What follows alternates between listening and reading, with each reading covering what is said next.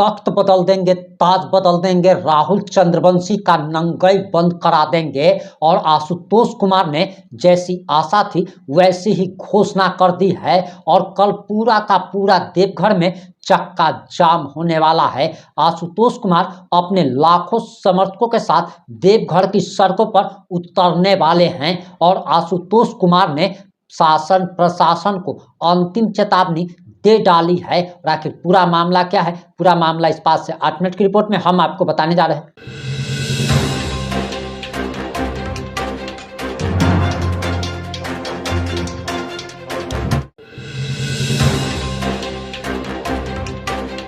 नमस्कार, मैं प्रिंस कुमार सिंह और आप देख रहे हैं पॉजिटिव इंडिया। अगर अभी तक आपने चैनल को सब्सक्राइब नहीं किया है तो खबरों से अपडेट रहने के लिए कृपया चैनल को सब्सक्राइब कर लीजिए। और जो लोग ऑलरेडी कर चुके हैं तमाम लोगों को हृदय धन्यवाद। अब वापस आते हैं अपनी खबर पर। और आशुतोष कुमार ने घोषणा कर दी, जिसकी आशा थी ठीक वैसी घोषणा की गई है और कल देवघर की सड़कों पर लाखों लोग जाम करने वाले हैं। इतना ही नहीं, क्या क्या प्रोग्राम है, कल क्या क्या होने वाला है, सबके बारे में आशुतोष कुमार ने खुद बताया है। आप जरा आशुतोष कुमार का ये बयान सुनिए। आप सब शीर्षक पढ़ने के बाद भली भांति समझ सकते हैं कि हम लाइव क्यों आए और जो विषय 14 दिनों से चल रहा है सोशल मीडिया पर देश भर में, उससे आपको अंदाजा मिल गया होगा कि आज लाइव आने का उद्देश्य क्या है, मकसद क्या है हमारा। लेकिन फिर से एक बार मैं चाहता हूं कि आप सबों को जानकारी दूं। हो सकता है कि ये लाइव आप लोगों के माध्यम से शेयर होते होते झारखंड के मुख्यमंत्री जी तक पहुंचे, उनके धर्मपत्नी श्रीमती कल्पना सोरेन जी तक पहुंचे और अन्य लोगों तक भी पहुंचे जो वहां शासन में हैं, सत्ता में हैं। मुझे लगता है कि इस बात की जानकारी उनको होगी भी और निश्चित रूप से होगी, क्योंकि उनकी पार्टी का ही एक पदाधिकारी जो कि महत्वपूर्ण पद पर बैठा हुआ है, युवा जिलाध्यक्ष देवघर, उसके द्वारा ये कुकृत्य किया जाता है, ये नृशंस हत्या हमारे भाई की जाती है और अभी तक उसकी गिरफ्तारी नहीं हो पाई है। जनता में आक्रोश है।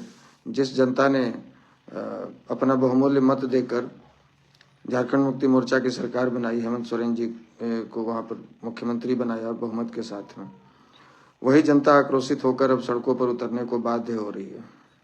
जैसा कि आपने कल देखा होगा, देवघर में हजारों की संख्या में लोग हमारे अनुज भाई आलोक जी को न्याय दिलाने के लिए सड़कों पर उतरे,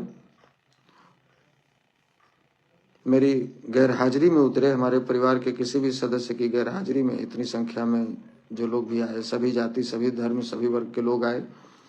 हम उन सब के प्रति हृदय से आभार प्रकट करते हैं कि आप हमारे परिवार के बुरे समय में, हमारे दुख की घड़ी में आप मजबूती से हमारे साथ खड़े रहे। हमने सभी अधिकारियों से बात की, जितनी मेरी पहुंच थी, जितनी मेरी समझ थी, हम अपनी पहुंच के अनुसार, अपनी क्षमता के अनुसार हम हर प्रयास कर लिए, लेकिन अभी तक राहुल चंद्रवंशी की गिरफ्तारी नहीं हुई है। अब इस लोकतांत्रिक व्यवस्था में राहुल ही नहीं, उसका भाई जो थप्पड़ चलाया है चंदन चंद्रवंशी, वो भी बराबर का दोषी है। तो दोनों की गिरफ्तारी सुनिश्चित होनी चाहिए। उनके साथ और भी लोग जो वीडियो फुटेज में दिख रहे हैं, उनकी गिरफ्तारी की भी बात हमने की है, जिससे अज्ञात के रूप में हमने, चूंकि हम किसी को और को जानते नहीं थे, अज्ञात के रूप में हमने उनके नाम का FIR किया है। तो अभी स्थिति यह है कि हम लगातार प्रशासनिक अधिकारियों से संपर्क में हैं, लेकिन कोई संतोषजनक जवाब नहीं मिल रहा। केवल गोलमोल बातें हो रही हैं, जांच चल रही है, जांच चल रही है। भैया आप जांच कर रहे हैं, आपसे नहीं हो रहा है तो आप कहिए ना, किसी भी यही जांच की मांग करा दीजिए, आप CBI जांच करवा दीजिए।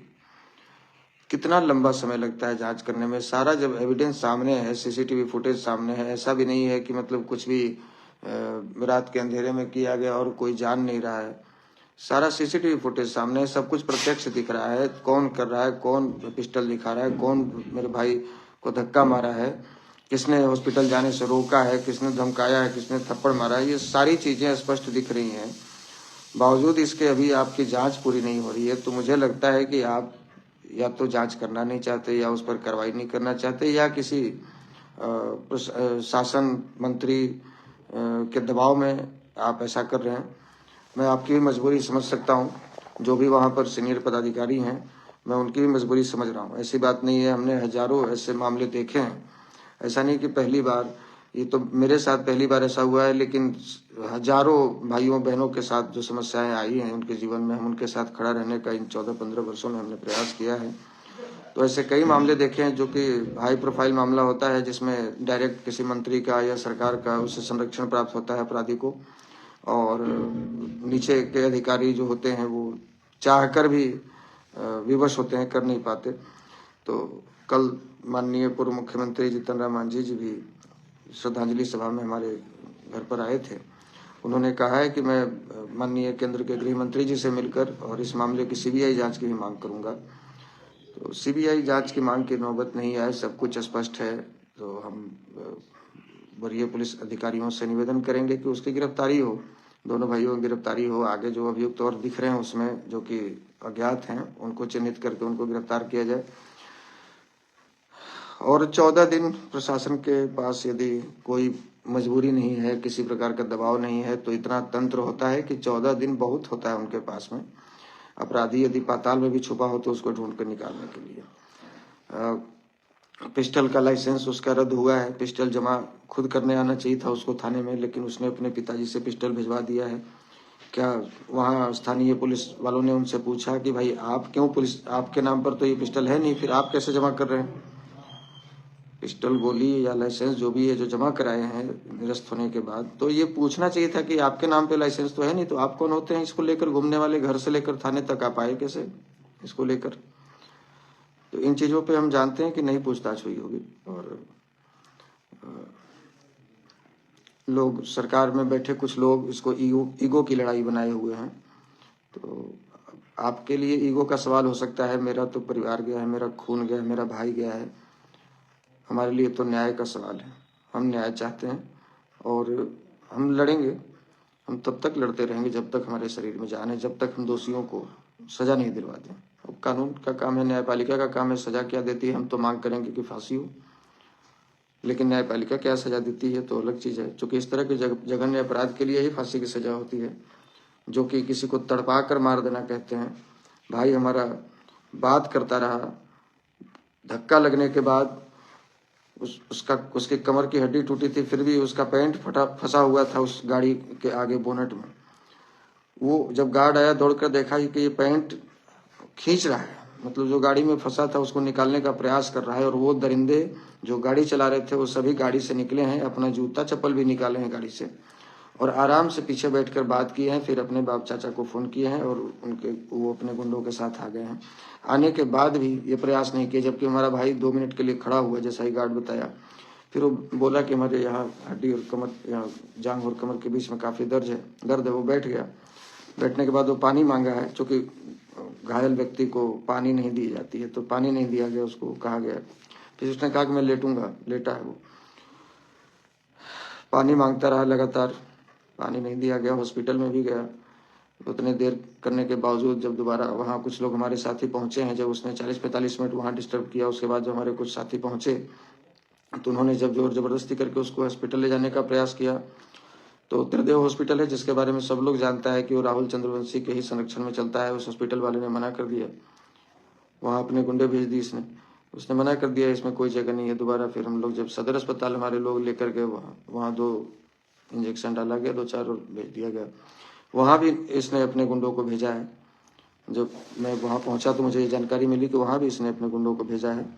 और तो ये सब कुछ स्पष्ट है। उसके बाद भी क्या वजह है, क्या कारण है, ये तो वहाँ के प्रशासनिक अधिकारी जानेंगे, वहाँ के शासन सत्ता में बैठे लोग जानेंगे। लेकिन हम बस इतना जानते हैं कि हमारे भाई को न्याय मिलना चाहिए।